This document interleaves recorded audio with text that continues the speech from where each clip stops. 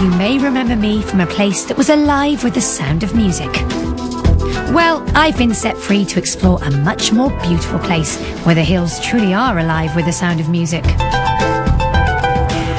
I'm taking a magical mystery tour to draw my very own musical map of Wales. I'll be travelling the length and breadth of the country, meeting some fabulous people. I used to be where you are. All with wonderful talents. Bring us back to and amazing tales to share. Swept away at sea. Hold on for a bumpy ride. I haven't driven a car in 10 years. It's really fine, honestly. Famous last words. The hills are alive with the sound of music.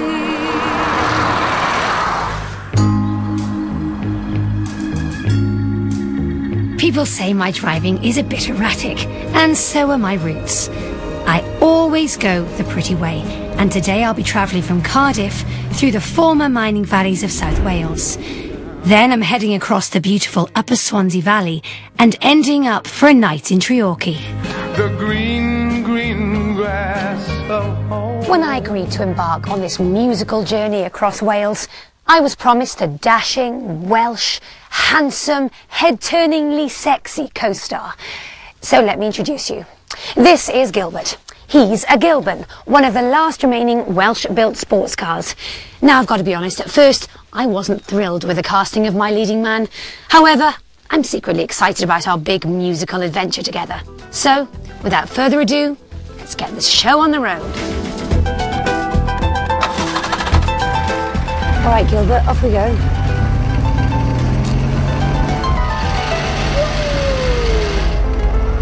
Morning, Mr. Magpie. Morning, Mrs. P. And I'll need all the luck I can get on this journey. My first destination is at one of my favourite things, Rugby International Saturday in Cardiff, as Wales take on Ireland. Music and rugby go hand in hand like do-re-mi and me, a name I call myself. And I'm here in Cardiff on match day because it's my turn to do a turn. I'm going to sing Cymronda in the lead up to the match. But before I meet the mass ranks of the male voice choirs, or my backing singers as I like to call them, I'm doing a bit of market research. I'm wondering if I could ask you a few questions for another show. What's your favourite rugby anthem? Give me about 15 minutes and 2 beers, I'll be right back to you. Do you know Bread of Heaven? Not at all. I'm afraid they don't sing. Could you give me Bread of Heaven?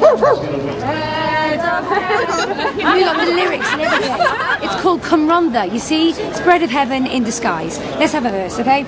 Guide me, O thou great Jehovah. Hold me with thy powerful hand. Bread of heaven. Bread of heaven. I know the words. Evermore, evermore. Feed me now or evermore. Beautiful ending. Bravo.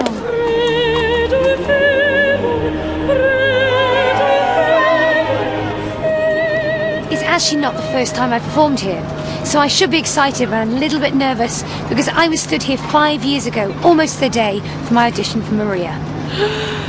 Let's bring it all back. But I've never sung in a rugby ensemble, so here I go. This is for the boys.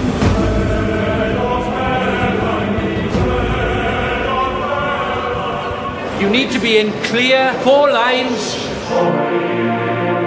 My backing singers, conducted by Hayden James, come from 3 different male voice choirs from across Wales.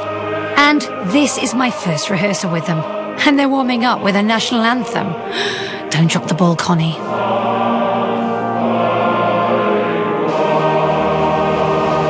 Should I be nervous? You should, I think. Guaranteed sing with us. It's a privilege for you to sing with us today.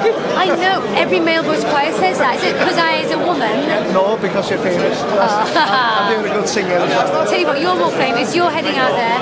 Are you nervous? No, I'm more nervous for the team, because that's what's important today. It's not just singing, it's the rugby that's important. Do you think the singing is going to help us win? Oh, guaranteed.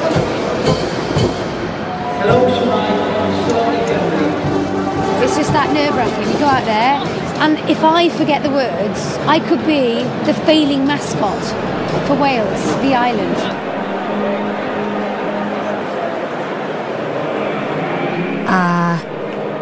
Who turned off a microphone? This didn't happen to Catherine Jenkins. Ah, well. Keep smiling and singing.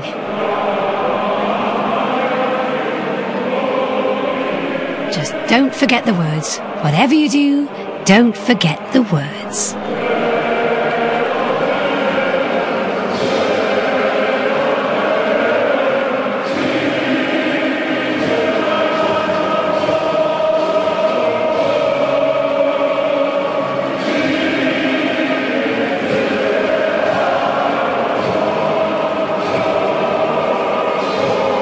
Oops.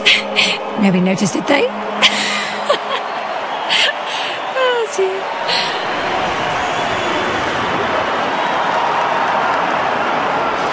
I feel like they're cheering for me. And they're not. I'm cheering for me. Never done that before.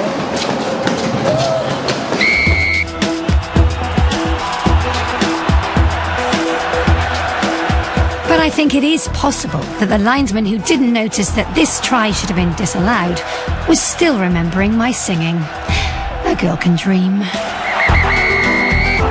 No time to bask in reflected glory as Gilbert and I hit the road again. Well, that sound was absolutely incredible, and it's made me think a little more about the song Come Rhondda. Why is it such an important piece of music to all of us? I'm off to find out. We're travelling up the A470 towards the heart of the Rhondda Valleys, and I've got a rendezvous in the birthplace of Bread of Heaven, Hopkinstown, just a stone's throw from Pontypridd. The tune was first written in 1907 and first performed in the same year in this chapel in a Christmas service. But the man who wrote it, John Hughes, was not your average composer. I'm meeting his great-nephew Jeff Hughes, who's going to reveal the family secrets. Tell me about John Hughes, the man. He worked in the pits, started at the age of 12. He eventually became a transport manager for the mines. One of the jobs that he had to do was make sure that the wagons with the coal went from here down to Cardiff docks for export. There is a story that he used to write on the sides of the railway wagons. He used to write the tunes in chalk and used to send the wagons off. And his friends down at the different stops and the different stations all the way down to Cardiff, who in those days could pretty well all read music, would write comments in chalk on the sides of the wagon as to whether they liked those tunes or not, and eventually of course the wagons would come back up here and he would get all of these comments back as to what reception his tunes got. Come Rhondda was soon to become the hit hymn tune of Wales when they really were top of the pops. There were lots of outdoor community hymn-singing festivals. Him and John Hughes used to go along and conduct these hymns, including Come Rhondda, to up to 30,000 people. So this is how it spread, but its fame spread very quickly. It was written in 1907, and even within sort of 5 or 10 years, it was already a famous hymn. It was sung and appreciated all over the world, John Hughes even receiving thanks from Prime Minister David Lloyd George. There are lots of stories, people writing from all over the world saying they've heard the song and what it meant to them. There's one from the First World War where a major was writing in saying how it inspired his Welsh Guards at a time of clearly great problems during the war. It has touched so many people over a great many years now and still is. So you get royalties then? I wish we did. No, we don't get anything at all, but just the enjoyment of listening to the tune time and time again.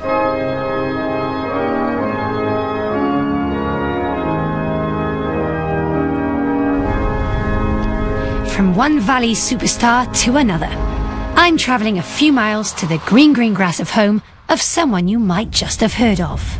Can you tell who it is yet? When I see you out and about, it's such a crime.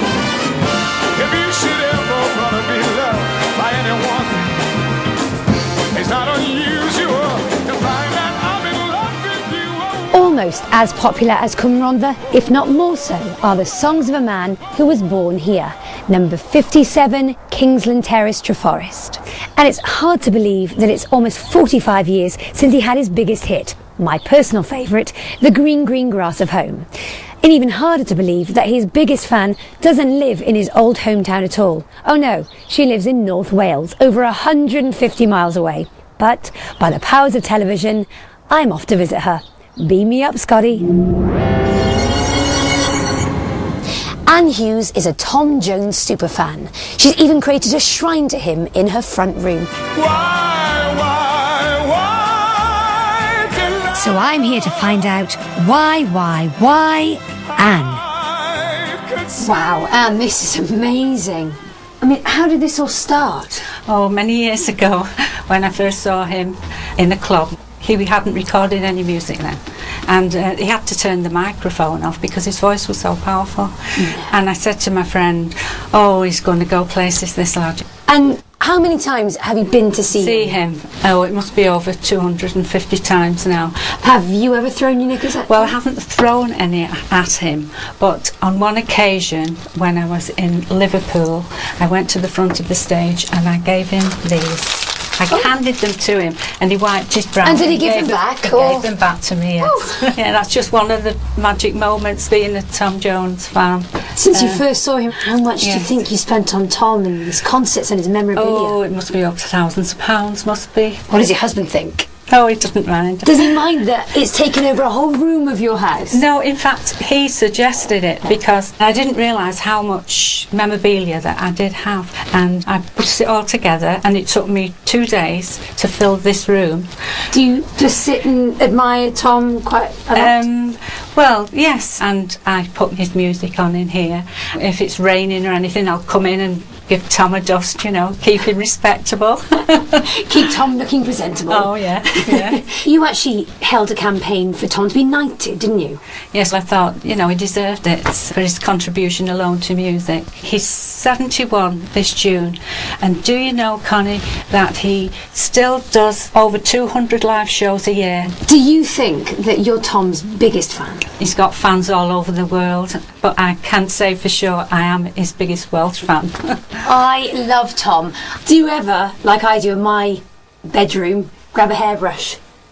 Do. Throw your knickers, everyone. No. It's not unusual to be loved by anyone. It's not unusual to have fun with anyone. But if I ever find that you've changed at any time, it's not unusual to find that I'm in love with you. Back to my roots and my musical map, and I'm travelling north towards the Cynon Valley, where you and I are in for a little surprise. I think people have the wrong impression of the South Wales valleys. It's often described as grimy and industrial, but since coal left these valleys, it's anything but. On a beautiful day like today, this could almost be a film set. And high on a hill I meet 4 nuns, 6 goat herders, and a pair of Marias. What on earth you do? I mean, who are you? We are the Sound of Music Appreciation Group. Randomly singing in the middle of Cumvach? Yes. Who'd have thought it? So I guess you're big Sound of Music fans then? Yeah. Actually, I recognise a few of you. These are some of the drama students in school where I work, and we're all going to do a show in tribute to the Sound of Music. Go on then, give us a blast. High on a hill was a lonely goat herd, lay-o-lay-o-lay-hee-oo. Loud was the voice of a lonely goat herd, lay-o-lay-o-loo. Oh Lord, well, that's amazing, I couldn't better it. Okay, so I think it's time for a fan-off. Who has seen The Sound of Music 10 times? Oh, everyone. Okay, and 20 times. Oh, this could be a long process. Over 50 times. Oh my Lord, just the stalkers then. Okay, who's seen it over 100 times? Oh, you are the winner. You could be Maria. What do you love about the show? Everything. All the words, all the characters, all the songs, and the lyrics are so fab as well. Anything, if I'm nervous, I listen to I Have Confidence, there's nothing can pull you out of a bit of a black hole than that song. So I'd love to play Maria one day and sing that song. I love the fact that when Maria comes to the house, she brings music back into the Von Trapp family, and then she brings music to every family who watches it. Wales is known for romantic love songs, and we are known as singers. And we are the land of song. We are the land of song, indeed. And I think that the songs in The Sound of Music are just so joyful to sing that everybody in Wales likes to sing them, don't we, girls? Yeah. Oh, well, it's been a lovely afternoon on the hillside, but it's time for me to say... So long, farewell, I'll be to sing goodbye. The sun has gone to bed and so must I. Goodbye, goodbye,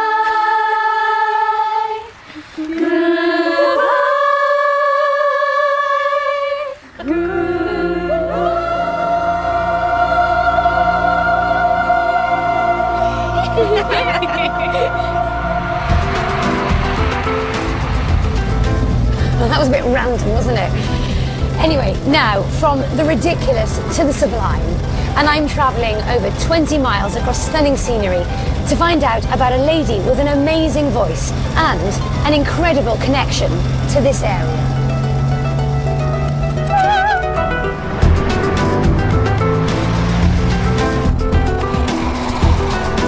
I'm heading out of the mining valleys of South Wales and into the foothills of the Brecon Beacons.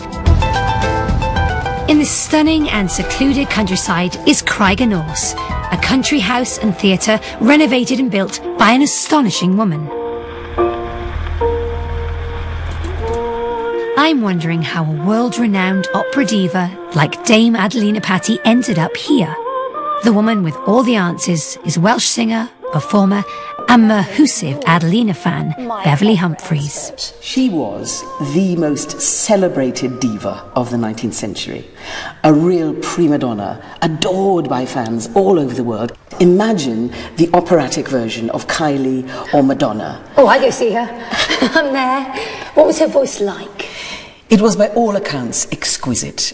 Verdi, when he heard her, said that she was the most stupendous singer that he'd ever heard. And that was from the maestro. What an accolade.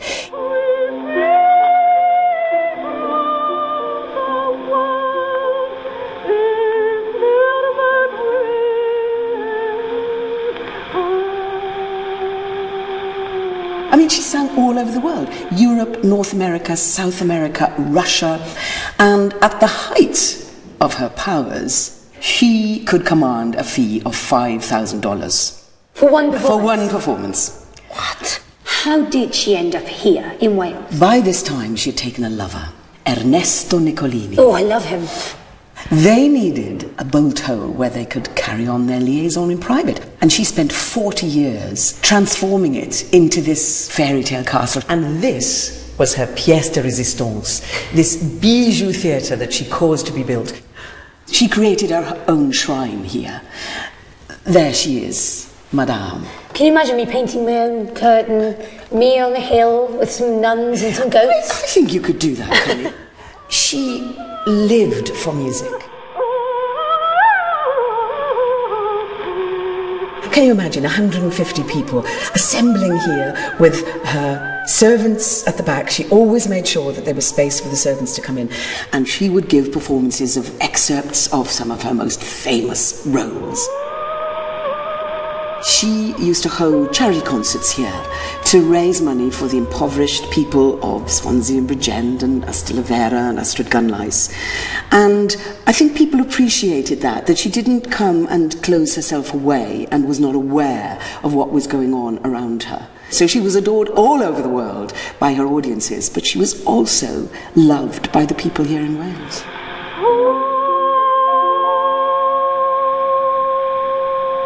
Adelina's given me an idea. I think I might turn my back bedroom into my very own, slightly smaller, theatre. The final leg of my journey is taking me some 25 miles south, back into the heart of the Rhondda Valleys. And even though the scenery is stunning, I have to admit that Gilbert and I are feeling the strain. Are we nearly there yet?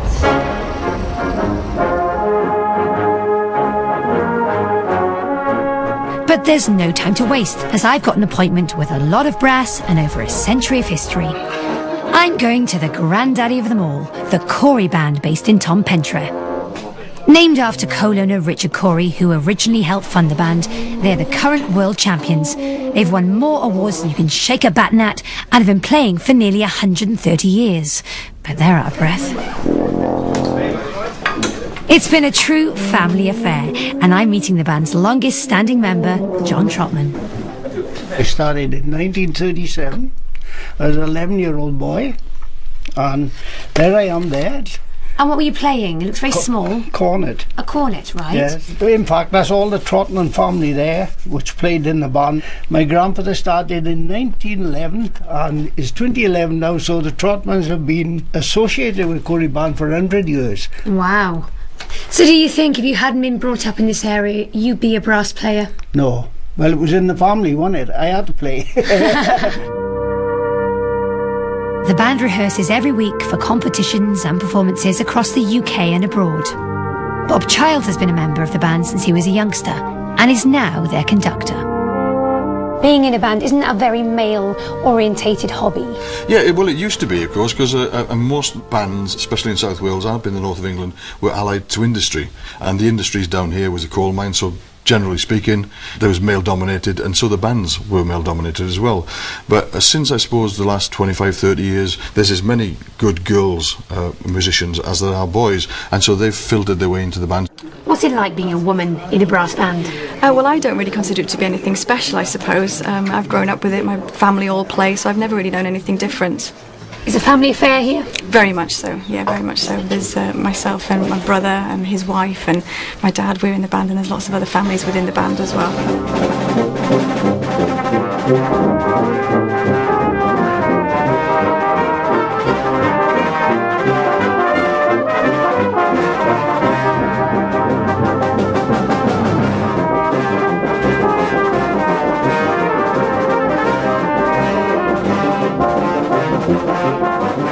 What makes a Welshman a good brass player? Singing tradition is very important, you know, because the way that you play a brass instrument is very much like singing. Just like you were trained to breathe, all our players were trained to breathe a very similar way. So, hypothetically, I should find this easy, right? Well, you should do it, except that to create a noise on any brass instrument, the sound generates from the lips vibrating. So you need to make a little raspberry with your lips into the mouthpiece. We'll check you out a bit later, see if you can do it. Exactly. Oh, you're going to be perfect. Yes, get in. I was wondering if I could be cheeky enough to ask to blow your horn. No problem at all, yeah. You like a go. Thank you. What do I do here? Do I hold it like this? You put your hand into there. Right, okay. Hey, it wasn't bad. I would have to be truthful and say there's not as many bands now as there was, but you'd expect that when all the bands were allied to the coal mines. But the big tradition in brass bands is that father will pass on the knowledge to the son. So it's not a dying tradition, it shall live on in the valley soon? Yeah, I'm sure it will, yeah. Can I have a go? You can. No idea what I'm doing. Let's go for the fast, should we go for the fast bit, shall we? Okay, right. Just give it I'm nervous, are you nervous? 1, 2, 3, 4.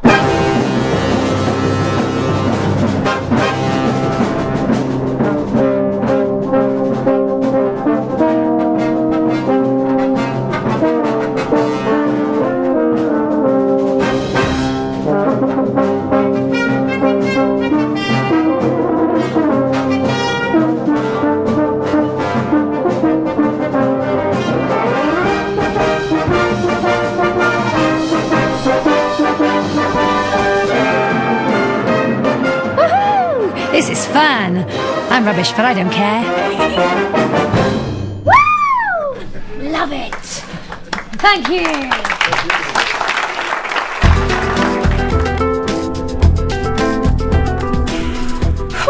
After that, Gilbert and I are looking forward to a rest, and thankfully it's just a short drive east to Treorchy. Oh, Treorchy. Oh, Treorchy. Oh, Treorchy. Knees bend, arms stretch, rock, no hands. I'm going to discover a very different musical tradition that has changed dramatically over the years. I'm a chap that's always getting into trouble. Between Between the two world wars, music halls and theatres were virtually in every town in the valleys, full every night with some of the greatest acts of the day, and doubling up to show the new talking pictures. Hardly any remain. The Park and Dare Theatre Treorchy, like many others, was built by miners' contributions and is one of the last remaining theatres still open for business. Recently refurbished, it's looking great. There's no business like show business. What a place. Da, da, da, da, da, da, da, da. I'm meeting a man who loves this place even more than me, local playwright and actor Frank Vickery. Frank, I think we have the best seats in the house. I mean, what better place to perform than in the Park and Dare? I absolutely love it.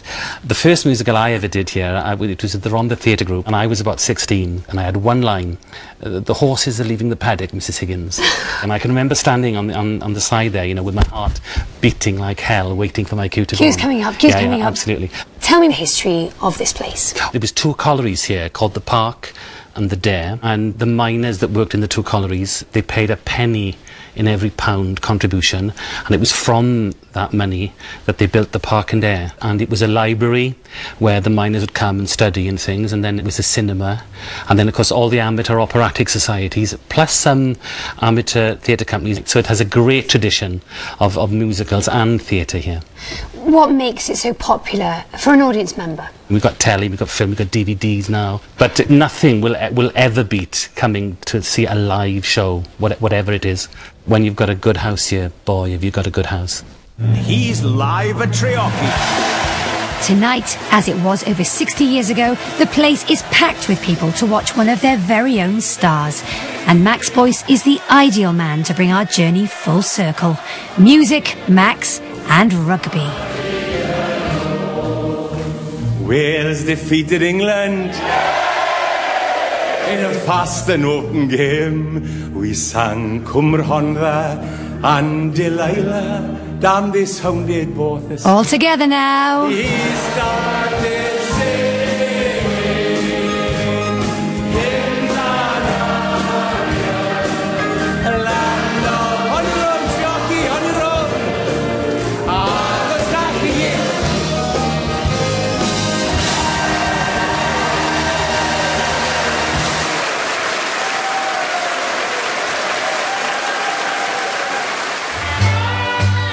Next time I'm heading north to find out what happened the day the Beatles came to Bangor. You couldn't move with hundreds and hundreds of people, and especially girls. They were all screaming, "Beatles, where are you?" Visiting Portmeirion to hear all about a Welsh music star from a Welsh stargazer. Take your girl for the cherries on her lips, for the cherries on her lips. Take your girl. And star in my very own Welsh Bollywood extravaganza.